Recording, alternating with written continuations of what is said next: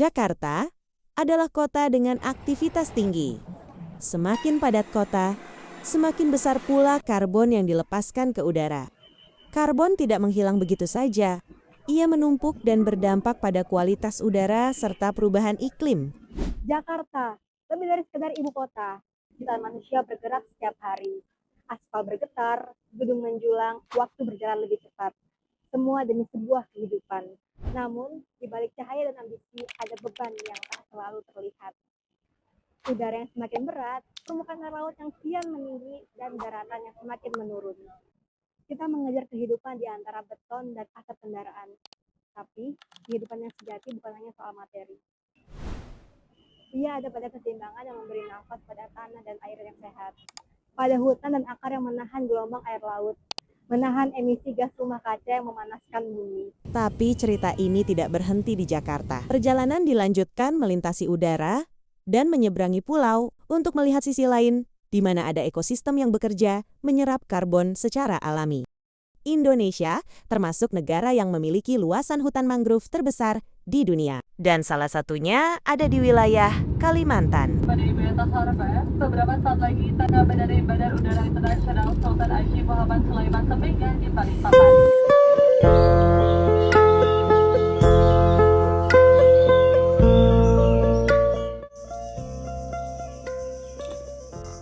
Hutan mangrove ya, di mana-mana kan di Indonesia di semua pesisir adalah memang hutan mangrove, dan yang terbesar di dunia adalah Indonesia.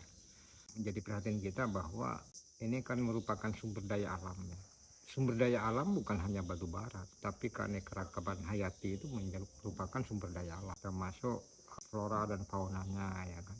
Ternyata memang keragaman mangrove di Indonesia ini cukup banyak lah, sehingga secara umum memang fungsi mangrove adalah sebagai pelindung garis pantai, peredam gelombang, tempat perkembangbiakan biota laut ya kan, terus juga sebagai penangkal abrasi, itu secara umumnya. Inilah Agus Bey, yang dikenal luas sebagai pahlawan lingkungan asal Balikpapan, Kalimantan Timur. Ia merawat dan menanam kembali hutan mangrove di pesisir kota tersebut sejak tahun 2001. Kawasan yang ia kelola kemudian berkembang menjadi Mangrove Center Geraha Indah, yang juga dimanfaatkan sebagai tempat edukasi lingkungan. Pada awalnya, ia memulai upaya ini bukan karena memahami fungsi mangrove sebagai penyerap karbon, melainkan karena keprihatinannya melihat kerusakan hutan mangrove akibat alih fungsi lahan. Hal tersebut yang mendorongnya untuk mulai melakukan restorasi. Meskipun saat itu ia belum memiliki latar belakang ilmu kehutanan. Atas kontribusinya dalam pelestarian lingkungan, Agus Bey menerima penghargaan Kalpataru pada tahun 2017. Karena ini penting, fungsi mangrove ini berperan penting bagi sumber kehidupan makhluk hidup lainnya, maka perlu itu dilestarikan. Hingga saat ini, Agus Bey terus mengembangkan inovasi dalam penanaman mangrove sebagai upaya mendukung pelestarian lingkungan pesisir.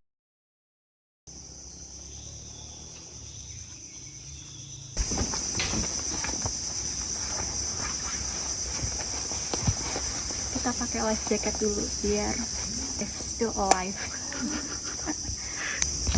Siap.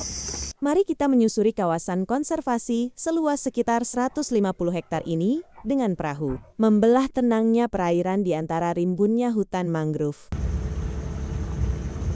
Berbicara tentang perubahan iklim, Kalimantan yang pernah dianggap sebagai paru-paru dunia memiliki peran penting. Perubahan iklim menjadi masalah besar bagi bumi kita. Salah satu cara solusi untuk mengendalikannya adalah pelestarian hutan mangrove. Mangrove mampu menyerap karbon dioksida dari udara melalui proses fotosintesis. Karbon tersebut kemudian disimpan di batang, akar, dan tanah di sekitarnya, sehingga membantu mengurangi gas rumah kaca penyebab pemanasan global. Tidak hanya itu, hutan mangrove menjadi rumah bagi berbagai jenis ikan, kepiting, dan makhluk laut lainnya yang penting bagi kehidupan masyarakat pesisir. Karena itu, menjaga dan menanam mangrove merupakan langkah penting untuk membantu mengatasi perubahan iklim sekaligus melindungi lingkungan kita. Di pesisir yang tenang ini, jejak kerusakan pernah tertinggal begitu dalam. Hutan mangrove yang seharusnya menjadi benteng alami, pernah hilang dan dimanfaatkan untuk kepentingan pribadi. Mangrove ini jadi memang ada dari Pak Agus itu ada niat untuk memperbaiki mangrove. Karena mangrove itu kan di depan situ ditebangin sama-sama bubuannya orang Madura. Pak Agus 2001 bergerak dah mulai nanam. Jadi 2005 itu banyak ke teman-teman. Nah, di sini kalau nggak dijagain, dipotong pakai cincau. Itu kan pohon ini kan bisa jadi areng. Yang areng itu ya dari sini, hasilnya dari bakau. Tapi nah di sini, karena di sini kan diawasin terus. Yang dianu itu di Pulau Balang sama di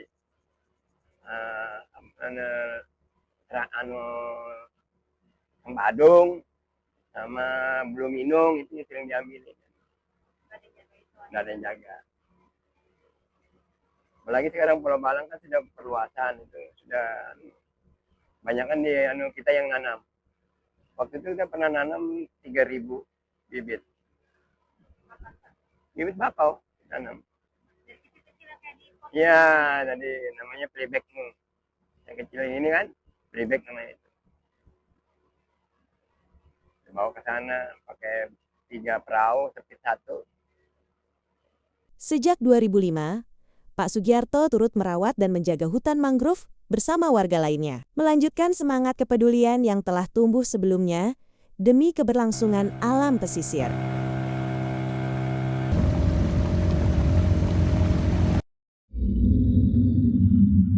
Menyusuri sungai ini, saya bisa menyaksikan kehidupan liar dari dekat. Habitat ini menjadi rumah bagi bekantan, primata endemik Kalimantan yang kerap terlihat saat sore hari. Dan jika beruntung, lumba-lumba juga dapat terlihat di perairan Teluk Balikpapan.